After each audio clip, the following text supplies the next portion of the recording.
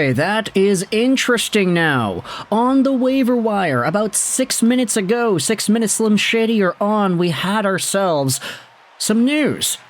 Take a look at this. It's the New York Rangers who have claimed forward Arthur Kaliyev off of waivers from the LA Kings. And I wanted to dive into this topic in this video because when it comes to both of these parties, I'm going to say the Kaliyev party individually as an independent guy and the Rangers as a team, these are two really interesting situations that will now hopefully try to inspire success within each other. And it all comes here in the form of Arthur Kaliyev, a guy who used to be touted as one of the top prospects in the 2019 NHL Draft. If you had seen the videos we had made about Kaliyev back in the 2018-19 draft season, you would have seen that I had him labeled as the best shooter in the entire NHL draft that year. He had 51 goals in 67 games played and 102 points with the Hamilton Bulldogs in the OHL. I didn't say he was the best goal scorer, I said he had the best shot. In my opinion, the best goal scorer in that draft was Cole Caulfield, who could find ways to put the puck in the back of the net via many different avenues, not just being able to snipe it on the 1T like Kaliyev was so poised to doing in the OHL. He was taken in the second round and not in the first round, despite some outlets having him potentially in the first round. I mean, Elite Prospects had him at the 13th overall spot. McKeans and McKenzie had him at 21. But the fact that he slipped down to number 2 in the rounds there is because mostly there wasn't much projectability with his defensive and off-puck play. There were questions about his work ethic and his engagement when he didn't have the puck, and as a result, with these questions presenting themselves as a potential quote-unquote lazy winger with a really good shot and goal-scoring ability, Arthur Kaliyev went from a guy that could have gone as high as somewhere in the top 15 to a player who dropped into the second round. He was taken by the Kings, and a lot of us said that this was going to be a really good steal of a pick. But as his career went on, Kaliyev was not really able to take this amount of goal-scoring prosperity and bring it into the National Hockey League. Now, he did produce pretty good numbers in the AHL in his first season. 31 points, 40 games played as an under-20 player. But as the seasons went on, he continued playing in LA, had 28 points in 56 games played in 22-23, so meaningful progress in his point production, but the season after he had declined 15 points, 51 games played, and as a result you saw Reddit posts made like this one that I had bookmarked from a year ago. I'm so done with Kaliyev. Season ticket member, I've watched every game he's ever played, I just don't get it. He's a one-tool player at best. He has a shot from the high dot on the power play. That's it. And if that is it, he should be on the ice 3 minutes a night, depending on how many penalties we draw. He's had all the time to develop any other tool. Forecheck? Nope. Hockey IQ? Not. Passing? Bleak. Speed? Bottom half. Physicality? Brings nothing to the table. The Kings hold him in such high esteem and I don't get it. I'd much rather see other guys from the Ontario Reign. This whole third line can freaking go, but Kaliyev infuriates me the most and I never hear anyone say anything bad about him.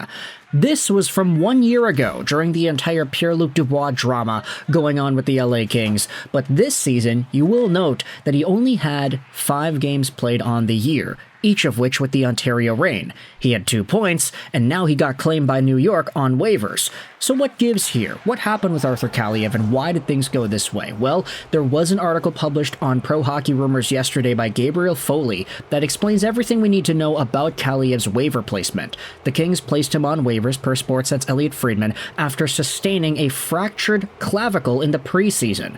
He wasn't activated from the season-opening IR until December 28th.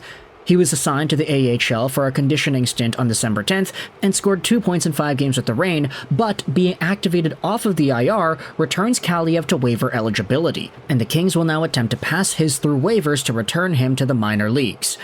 Now, we know that he didn't end up passing through waivers. He'll be going over to the New York Rangers now. So Arthur Kaliyev, a goal-scoring prospect for the ages, is going to be heading over to a team in New York that has arguably been the worst at developing these forward prospects amongst the rest of the National Hockey League's teams the past few years. Now, I know Alexis Lafreniere has done some pretty good work, but you think about a lot of the other first-round prospects, the first-round forwards that the Rangers have grabbed.